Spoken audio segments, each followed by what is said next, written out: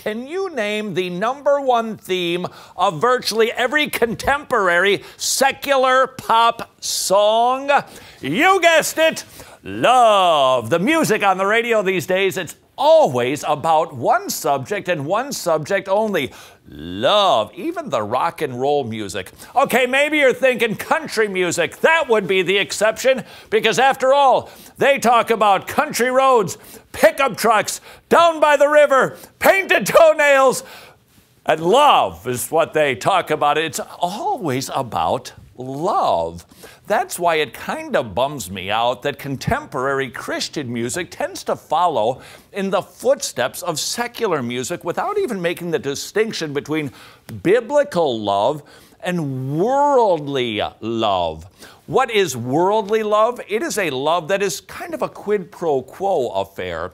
You identify somebody perhaps on whom you would like to place your affection if they behave a certain way, if they make you feel a certain way, if they do things a certain way, then you choose to love them based on how they perform.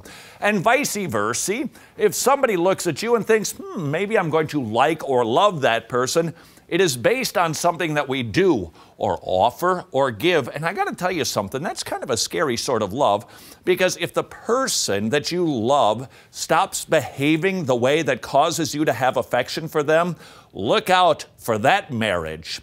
Or what if you stop behaving in the way that the person who loves you expects you to behave, because that's the only thing that gives them the feeling that causes them to place their affection on you?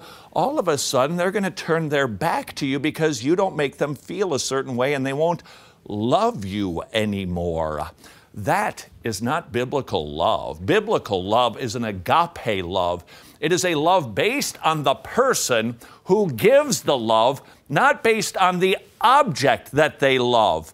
Why is that a better sort of love? Oh, because it's not based on my performance. It's not based on my behavior. It is based on the one who loves us. Who is the one who loves us? The one who never changes. The one who says, if you are in Jesus Christ, my love for you never changes. It never wavers. You don't have to perform a certain way for me to love you, because I am love. I love you.